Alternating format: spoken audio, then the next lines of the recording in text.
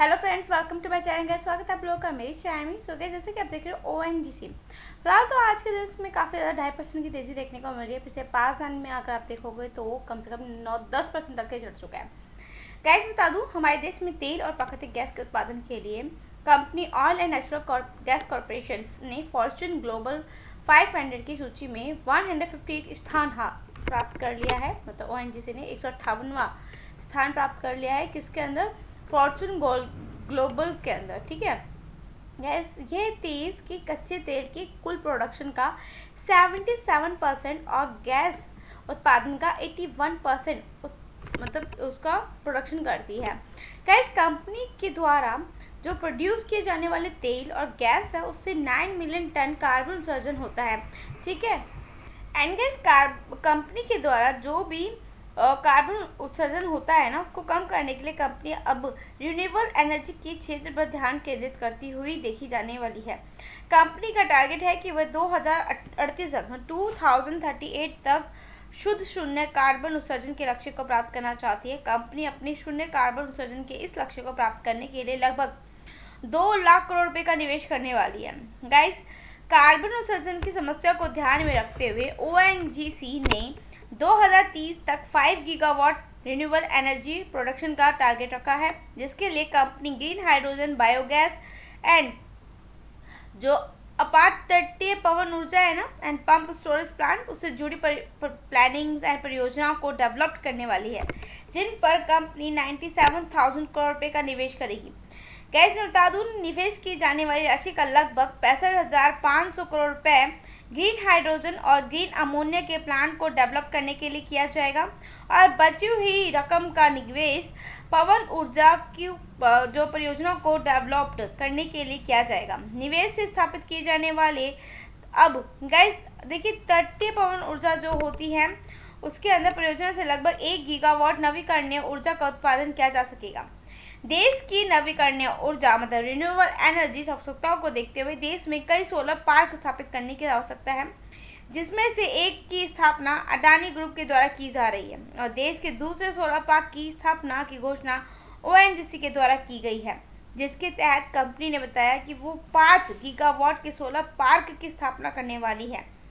Solar park को स्थापित करने के लिए कंपनी 30,000 करोड़ की राशि 30,000 की राशि निवेश करने वाली है, जिसके द्वारा सूर्य की किरणों से ऊर्जा प्रोडक्शन करने के लिए सोलर पैनल बिछाने का कार्य तो किया ही जाएगा। इसके साथ साथ हवाओं से बिजली बनाने के लिए पवन चक्कियां भी स्थापित की जाएंगी।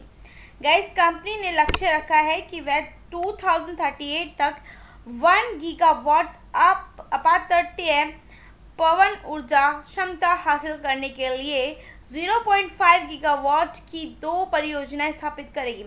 मैं आपको बता दूं कि 0.5 गीगावाट की पहली अपातटीय पवन परियोजना स्थापित करने के लिए कंपनी ने 12,500 करोड़ रुपए और अगली 0.5 गीगावाट की परियोजना को स्थापित करने के लिए 12,000 करोड़ रुपए का खर्च करने वाली है। मतलब कम से कम अभी कह लीजिए 2 बार वो करेगी, पहले 0.5 का दोनों बार ही करेगी, लेकिन एक में वो लगाएगी 12,500, फिर एक में लगाएगी 12,000 का। गाइस, कंपनी 2038 तक 1 गीगावाट पवन ऊर्जा क्षमता हासिल करने के लिए कुल मिलाकर 25,000 करोड़ रुपए खर्च करने वाली है। गाइस, आपको बता दूं कि ONGC के द्वारा उत्पादित किए जाने वाले तेल और गैस का प्रयोग परिवहन में ईंधन के रूप में किया जाता है, किंतु उससे कार्बन उत्सर्जन बड़ी मात्रा में होता है और आने वाले समय में कंपनी शून्य कार्बन उत्सर्जन का लक्ष्य प्राप्त करना चाहती है। इसके लिए कंपनी भविष्य का ईंधन कही जाने वाले ग्रीन हाइड्रोजन से जुड़ी हुई परियोजनाएं भी स्थापित करने वाली है। गाइस, मैं आपको बता दूं कि जिसके तहत कंपनी ग्रीन हाइड्रोजन और ग्रीन अमोनिया की परियोजनाएं स्थापित करेगी, जिसके लिए लगभग 40,000 करोड़ रुपए की 2 परियोजनाएं स्थापित की जाने वाली है। एंड पहली प्लानिंग देखी जाए तो 2030 में स्थापित की जाएगी, 2035 में नेक्स्ट है। एंड देन देखो, दोनों ही प्लानिंग की सहायता से मतलब जो भी प्रोजेक्ट है उसकी सहायता से 1,80,000 टन प्रति वर्ष ग्रीन हाइड्रोजन और 1 मिलियन टन ग्रीन अमोनिया का प्रोडक्शन किया जा सकेगा। तो अब आपको ये चीज़ तो क्लियर हो गई होगी ना कि ONGC कितने बड़े क्षेत्र में उतरने वाली है। ठीक है, अगर मैक्सिमम देखा, देखो 5 दिन में अपर सर्किट लगता हुआ देखने को मिला, 10% तक भागा है ये स्टॉक एंड मैक्सिमम ये 1200% तक का रिटर्न दे चुका है। 5 साल में आप देख सकते हो, सॉरी 5 साल में कोई चार्ट तो नहीं दिखा रहा है, एंड देखो 104% तक का रिटर्न दिखा रहा है।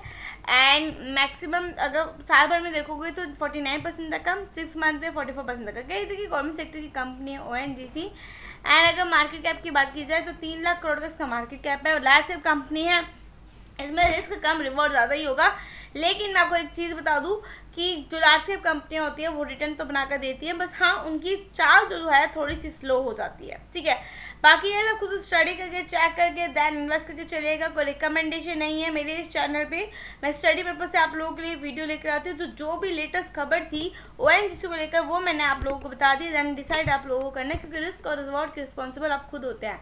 सो चैनल पर नए हो तो लाइक सब्सक्राइब करना मत भूलिएगा, बेल आइकन को जरूर प्रेस करिएगा आगे की नोटिफिकेशन के लिए। चलिए मिलते हैं नेक्स्ट वीडियो में, good bye guys, thank you.